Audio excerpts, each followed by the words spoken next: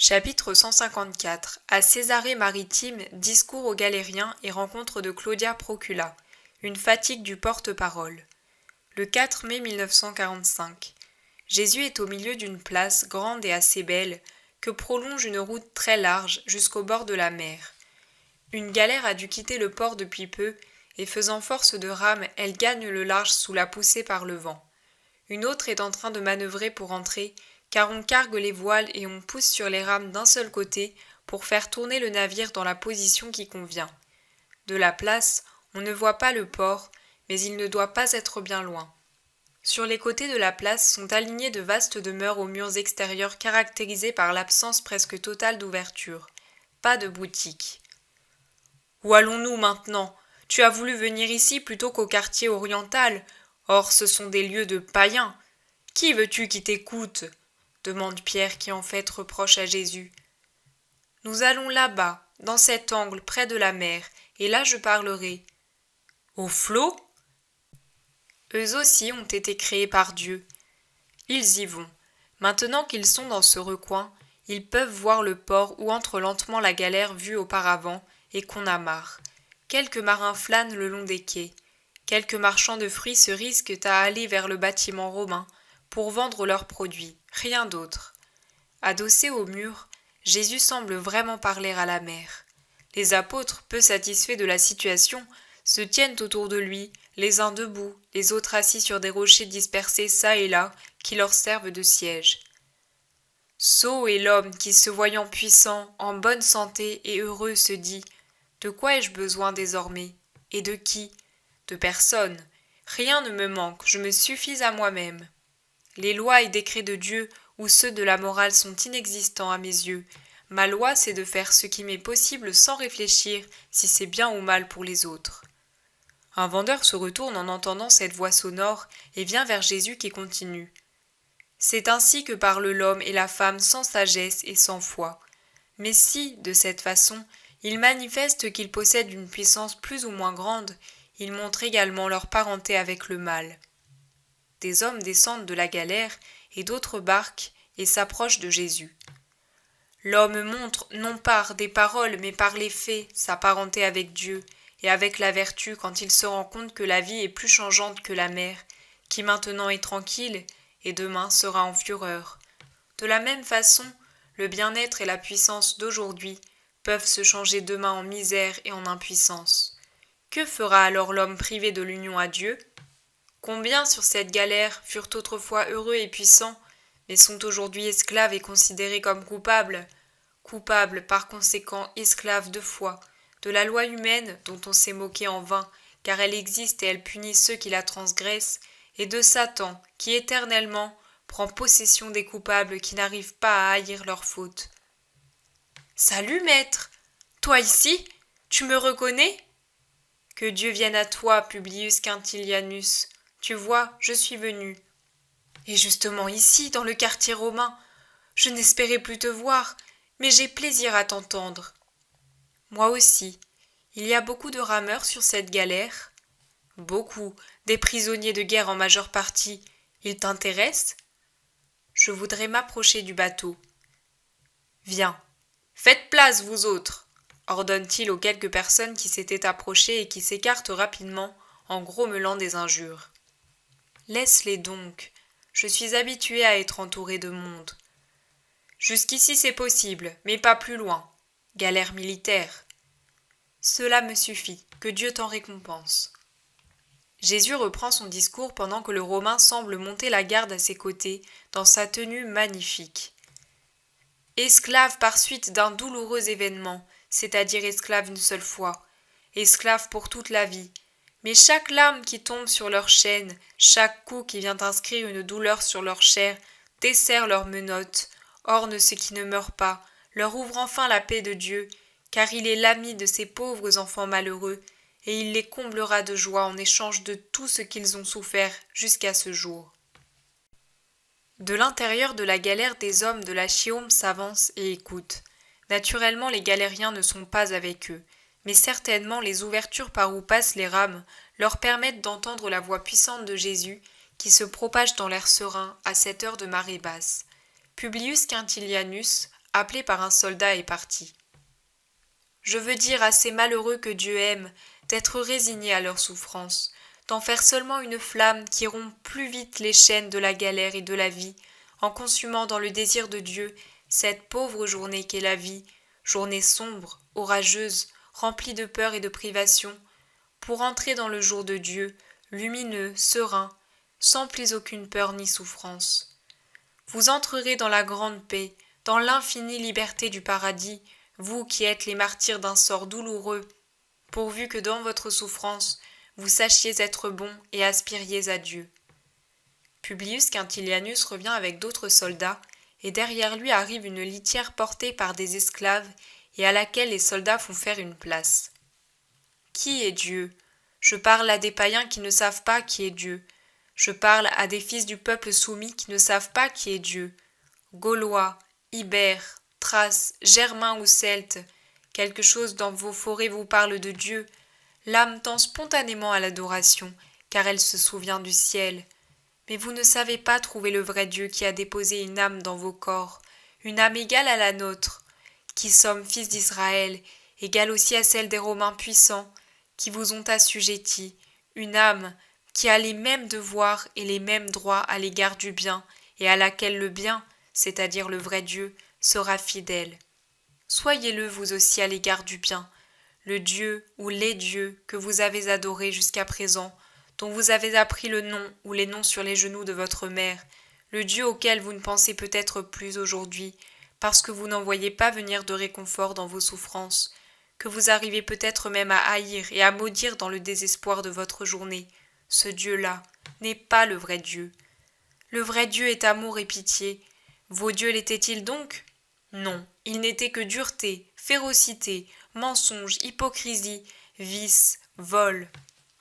Et maintenant, ils vous ont laissé sans le minimum de réconfort qu'est l'espérance d'être aimé et la certitude du repos après tant de souffrances.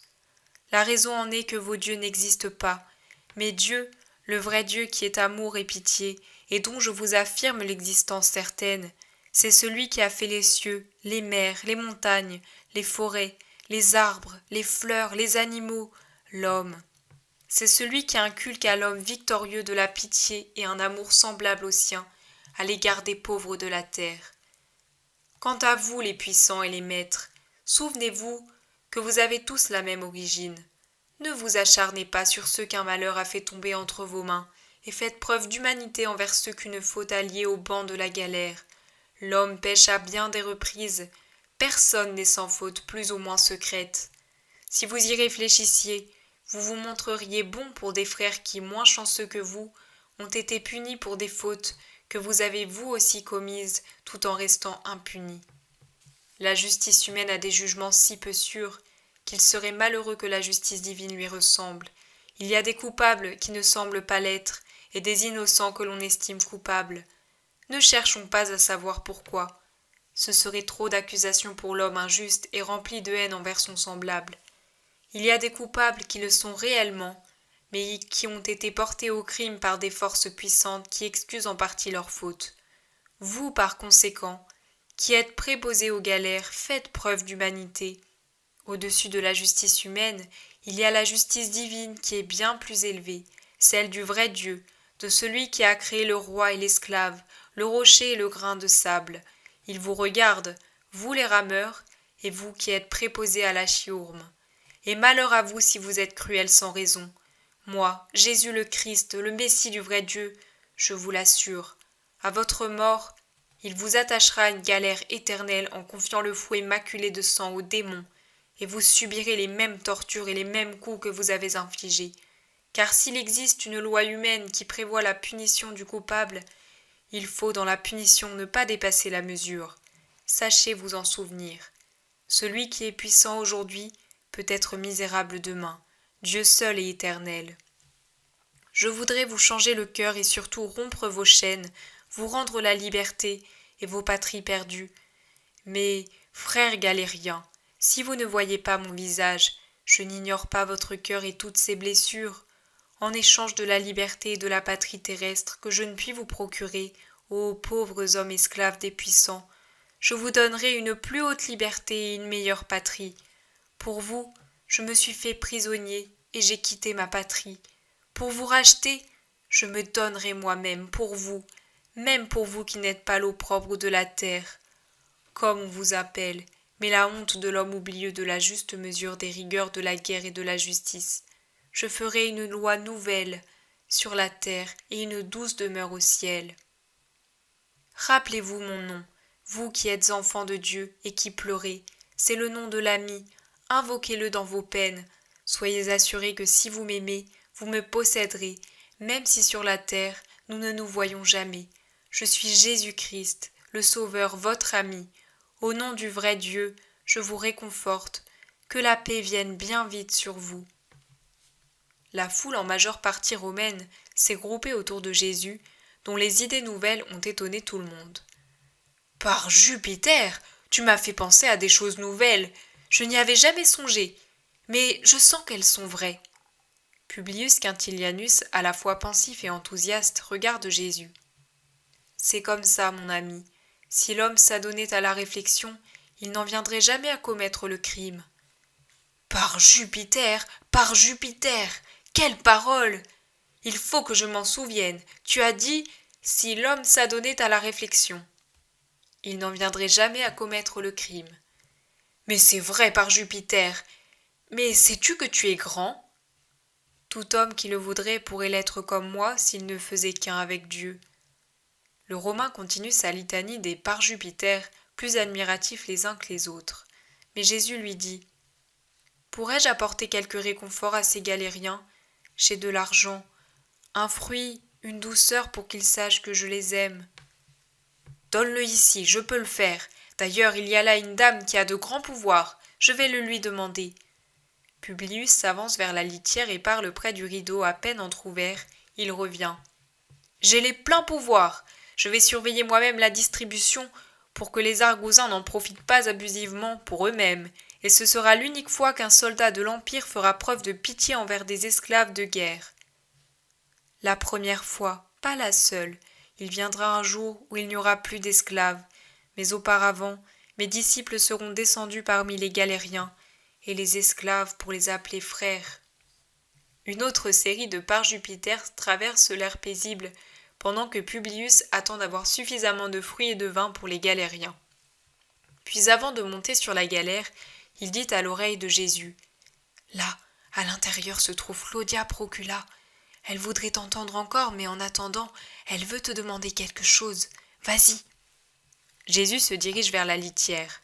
« Salut, maître. » Le rideau s'écarte à peine, laissant voir une belle femme d'environ 30 ans. « Que le désir de la sagesse vienne en toi. » Tu as dit que l'âme se souvient des cieux. Elle est donc éternelle, cette chose que vous dites exister en nous ? Oui, elle est éternelle, c'est pour cela qu'elle se souvient de Dieu, son Créateur. Qu'est-ce que c'est que l'âme ? L'âme est la vraie noblesse de l'homme. Tu es fier d'appartenir à la noble famille des Claudie. L'homme est quelque chose de plus car il appartient à la famille de Dieu. Tu as en toi le sang des Claudie, une famille puissante certes, mais qui a eu une origine et aura une fin. Par l'âme, c'est le sang de Dieu qui coule en l'homme, car l'âme est le sang spirituel, Dieu étant un très pur esprit, du Créateur de l'homme, du Dieu éternel, puissant, saint. L'homme est donc éternel, puissant, saint par l'âme qui est en lui, et qui est vivante tant qu'elle est unie à Dieu. Je suis païenne, je n'ai donc pas d'âme. Si tu en as une, mais elle est tombée en léthargie, éveille-la à la vérité et à la vie. Adieu, maître. Que la justice te conquiert, adieu. Comme vous le voyez, même ici j'ai eu des auditeurs, dit Jésus à ses disciples. Oui, mais à part les Romains, qui t'aura compris, ce sont des barbares. Qui ? Tous ? La paix est en eux, et ils se souviendront de moi, bien plus que beaucoup d'autres en Israël. Allons prendre notre repas dans la maison qui nous offre l'hospitalité.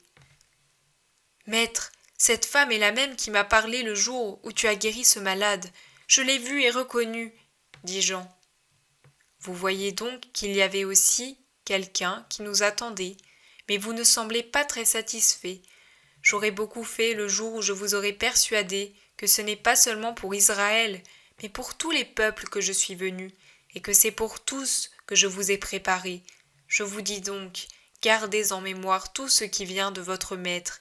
Il n'y a pas de fait, aussi insignifiant qu'il soit, qui ne doive devenir un jour une règle pour l'apostolat. Personne ne répond, et Jésus a un sourire triste, plein de compassion. Ce matin, il en a eu un peu pour moi aussi. Un tel découragement m'avait envahi que je me suis mise à pleurer pour beaucoup de raisons. La dernière n'était pas la fatigue d'écrire encore et encore avec la conviction que tant de bonté de la part de Dieu et tant de fatigue pour le petit Jean étaient bien inutiles. Dans mes larmes, j'ai invoqué mon maître, et puisque par bonté il est venu tout exprès pour moi, je lui ai fait part de mes pensées. Il a eu un haussement d'épaule qui équivalait à « laisse tomber le monde et ses histoires », puis il m'a fait une caresse en me disant « Et quoi, tu ne voudrais plus m'aider ? Le monde ne veut pas connaître mes paroles ? Eh bien, racontons-les-nous entre nous pour la joie que j'ai de les répéter à un cœur fidèle et pour celle que tu as de les entendre. Les lassitudes de l'apostolat, elles sont plus accablantes que celles de tout autre travail. Elles assombrissent le jour le plus serein et remplissent d'amertume la plus douce des nourritures. Tout devient cendre et boue, nausée et fiel. Mais, mon âme, ce sont les heures où nous prenons sur nous le fardeau de la lassitude, du doute, de la misère des gens du monde qui meurent de ne pas posséder ce que nous avons. Ce sont les heures où nous agissons le plus. Je te l'ai déjà dit l'an passé.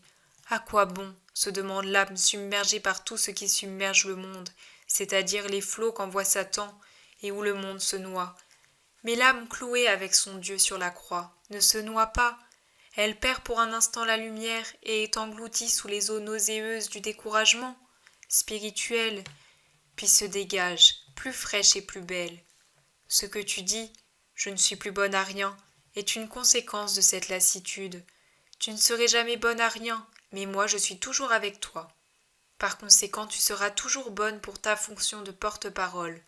Certainement, si je voyais que tel un joyau lourd et très précieux, mon don était enfoui avarement, utilisé imprudemment, ou que par paresse, on ne cherchait pas à le protéger, par ces garanties que la méchanceté humaine impose de prendre dans certains cas, pour protéger le don et la personne par l'entremise de laquelle il arrive, je dirais mon « ça suffit ». Et cette fois sans retour. Ça suffit pour tous excepté pour ma petite âme, qui aujourd'hui ressemble tout à fait à une petite fleur sous une averse.